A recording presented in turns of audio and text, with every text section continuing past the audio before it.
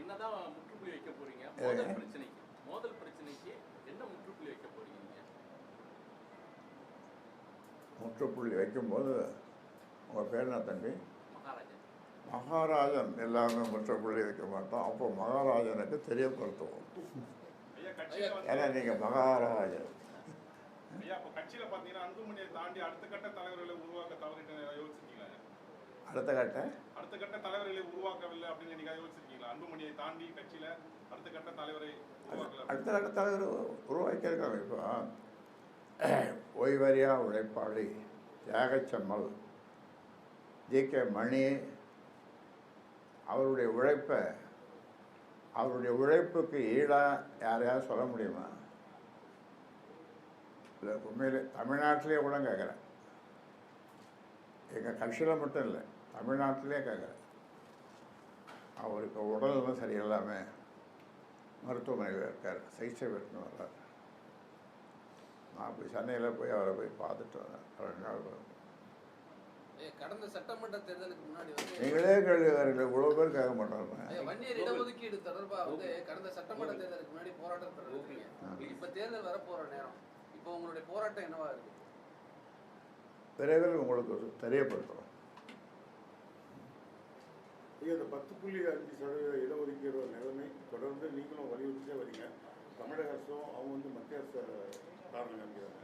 இந்த நிலையில் அடுத்த கட்டம் உங்களோட நடவடிக்கை என்ன சார்? இல்லை, இது சம்பந்தமாக நான் முதல்ல ஏற்கனவே சொல்லியிருக்கிற மாதிரி ஒரு பெரிய போராட்டம் பண்ண வேண்டிய நிலைக்கு தள்ளப்பட்டிருக்கிறோம் நாங்கள்.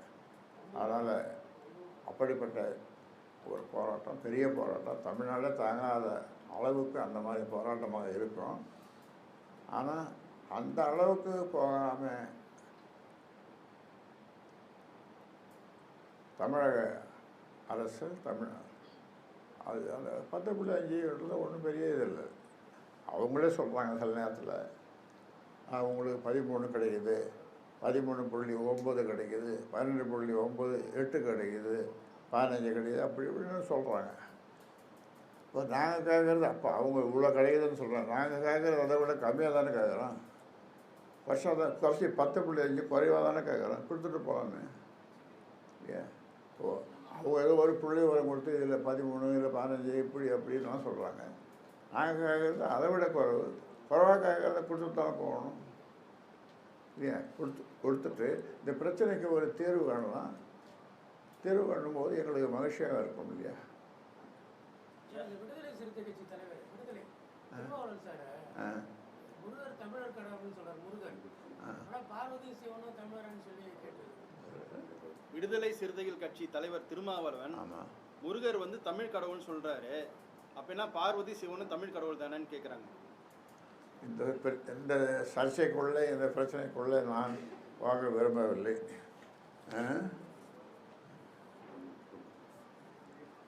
சரி, மிக்க நன்றி. நாம் அடுத்து சந்திப்பது அடுத்த வியாழக்கிழமை. சரி, நன்றி. ஜெயராஜ் என்னப்பா? நீ கொடுத்த லட்டு திருப்பதி லட்டா? சரி, ஏதோ ஒரு லட்டு.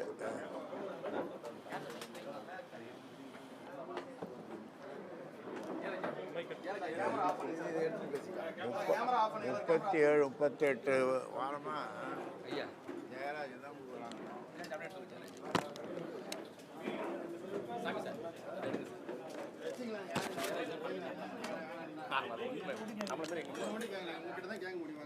எல்லாத்தையும்